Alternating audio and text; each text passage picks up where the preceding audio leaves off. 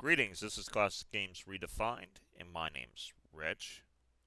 So, what we're looking at now, as part of this Why That game, is Freecell. Figure I would do it. It's a card game that has a history, and I'll post a link to the Wikipedia entry on it. It's something that I'm fairly sure you've seen before, and it's worth looking into why. What's good about Freecell, and why is it popular? So we'll do a little bit more what happened here. Apparently, the Wikipedia entry said there was a game called 8 Off. And that's pretty much what it was. Is the history was 8 Off.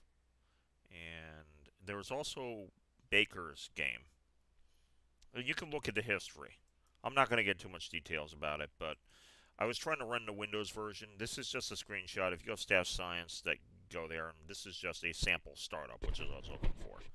So what we have here is you're going to take... You get these, and you try to move them up, and you do it, and you realign. You can go find the rules, play some Windows.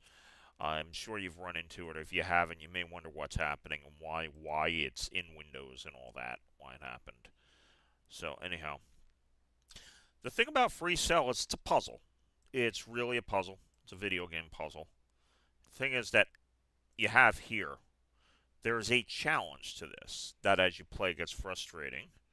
But there's a challenge to it of trying to get these cards paired off, put up there, and do everything else. And usually, particularly the Windows version, they're solvable.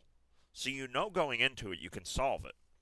And the trick is, and with the rewind and everything else, you can do it, that when you get close, you realize how close you already made a mistake. I mean, the game Mahjong, Shanghai, which Activision did similar, but this one, everything's out in the open. So it's kind of like golf. You know it's your fault if things don't work right. So there's that challenge. So I think the term is fiero, but there's a term for it that's something very frustrating and challenging. That you know your fault is you can get better, and then as it gives you progress, you can do it.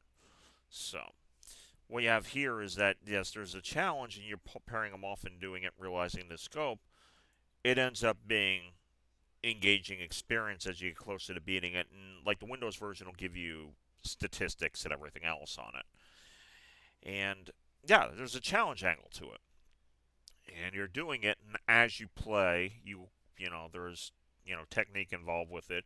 You start getting better. You start playing on autopilot, and it's like Minesweeper. You automatically recognize patterns. You go across it. You do it. And it's rewarding, as a comfortable feeling to it. And somebody picked it out. There's apparently a solitaire collection, but besides the other Klondike solitaire, which is the other one, which has its own thing, this one was bundled with it. So being bundled with Windows, people got exposure. You try it, and then there's a place, and this is where I was ignoring this until somebody made the link saying, oh, it's like a puzzle I play every single time. I said, oh, really? I got into it. And it became something I'd be firing up every night. So, anyhow. That's what it was. You can look at the history. I'll have the Wikipedia link below for you. You can look into history on this. So it's worth checking out. And other than that, that's not much more I could say. But besides being bundled, getting the distribution, and providing the challenge, and it's a puzzle, and people like puzzles, it's a puzzle that's replayable because you can generate new puzzles every time you play it. And there's so many. There's thousands of them. That's why you do it, and there's other things you can add to it, but even this is a card game that pretty much was dealt out. So anyhow, that's the why of Freecell. So if you're curious, that's my take on it. It happens to be one of my favorite solitaire type game I have of this nature with the tableau out here and stuff. Of course, I'd have a bias. I designed only on a Whist, which is a solitaire card game, but this game is worth trying. This puzzle game is worth trying. So anyhow, okay, that's it. So we're done here. As I said, we got more of these series here. So that's why Freecell. So I do want to thank you for watching, and may your die always roll 5.